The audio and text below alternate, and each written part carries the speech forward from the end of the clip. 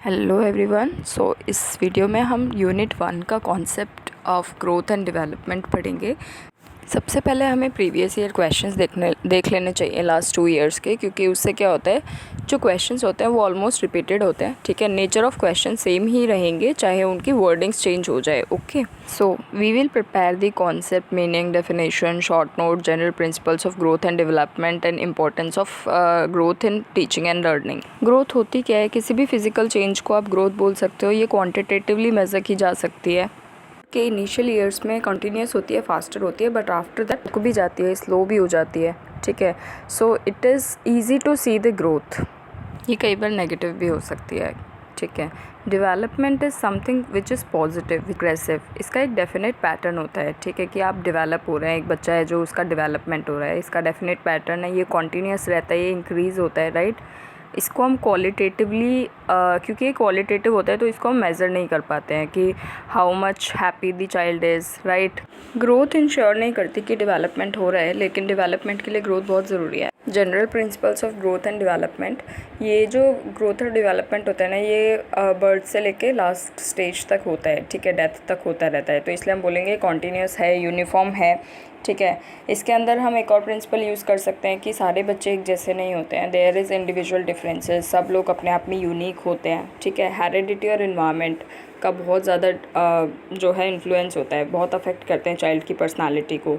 ठीक है, after that there is principle of maturity, कि चाइल्ड मैच्योरिटी एक्वायर करता है किसी भी टास्क को करने के लिए। ठीक है, नेक्स्ट इज़ डेवलपमेंट डायरेक्शन, जो कि सिफेलोकॉर्डल भी हो सकती है, मतलब कि हेड से स्टार्ट होता है डेवलप होना और फिर ट्रंक तक डेवलप होता है। ठीक है, मतलब कि लेग्स वगैरह लास्ट में डेवलप होते हैं, सबसे पहले सर डेवलप होता है।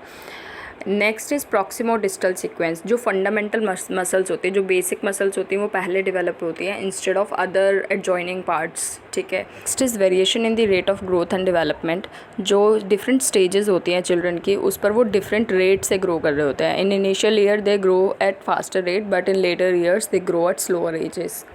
और भी फिर बहुत पॉइंट्स आप कवर कर सकते हैं, जैसे कि principle of integration, principle of prior experiences. ठीक है, इनर कंट्रोल, धीरे धीरे आउटर कंट्रोल से इनर कंट्रोल की तरफ जाते रहते हैं। Rate of growth and development in male and female, male और फीमेल में क्या डिफरेंसेस होते हैं। ओके, यह हमने सारे पॉइंट्स कवर किए हैं। ठीक है, प्रिंसिपल्स के आप इनमें से कुछ पॉइंट्स याद कर सकते हैं, and you can use them while making your flow charts, and even you can make statements using these points.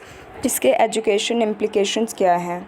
एक तो जो टीचर है, शी और he will be able to identify the problems of the students, उनको better understand करने में ये help करता है। ठीक है, दूसरा है कि ये इंडिविजुअल डिफरेंसेस को भी समझने में काफ़ी हेल्प करता है। टीचर की डिसीजन मेकिंग इससे अच्छी हो जाती है कि उनको कौन सा मेथड यूज़ करना चाहिए while teaching the classroom, while teaching the students.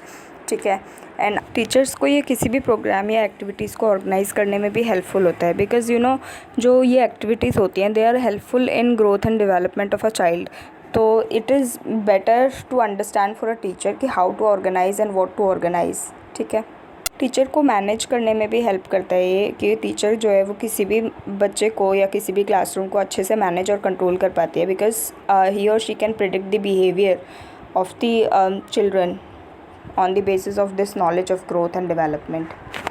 Thank you everyone. Please do like, share and subscribe this channel. We will be coming up with more videos so that you can cover your syllabus in very less time.